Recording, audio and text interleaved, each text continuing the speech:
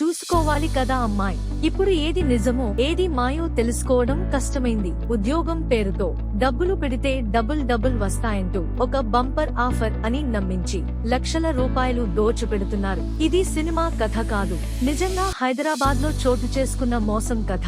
22 ఏళ్ల యువతికి వాట్సాప్ లో మెసేజ్ వచ్చిందట. ఫ్లిప్కార్ట్ నుంచి గ్లోబల్ ఆన్లైన్ జాబ్స్ వచ్చాయి. రిజిస్ట్రేషన్ ఫీజు కేవలం 200 రూపాయలు మాత్రమే. ఆమె వెంటనే ఫీజు చెల్లించింది. కొద్దిసేపటికే ఒక 100 రూపాయల కమిషన్ వచ్చింది. ఇదంతా ఆమె నమ్మకాన్ని పొందడానికి సైబర్ మోసగాళ్ల స్కెచ్. తరువాత ఒక 1000 రూపాయలు పెట్టగా 250 రూపాయలు వచ్చినట్లు చూపించారు. ఇలా వల వేసుకుంటూ ఒక్కొక్కటి పెంచుతూ చివరికి ఆమె 5000 రూపాయలు, మొత్తంగా 3.5 లక్షల రూపాయలు చెల్లించింది. అంతేకాదు, ఆమెను ఒక VIP గ్రూప్ లోకి తీసుకెళ్లి అక్కడ వేరే వాళ్లు కూడా భారీగా సంపాదిస్తున్నట్టు కల్పిత స్క్రీన్ షాట్లు చూపించారు.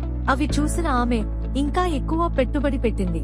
తరువాత ఆమె తన డబ్బును విత్డ్రా చేయడానికి ప్రయత్నించగా మరో మాయ. ప్రాసెసింగ్ ఫీజు, ట్యాక్స్ ఫీజు పేరిట మళ్లీ డబ్బు అడిగారు.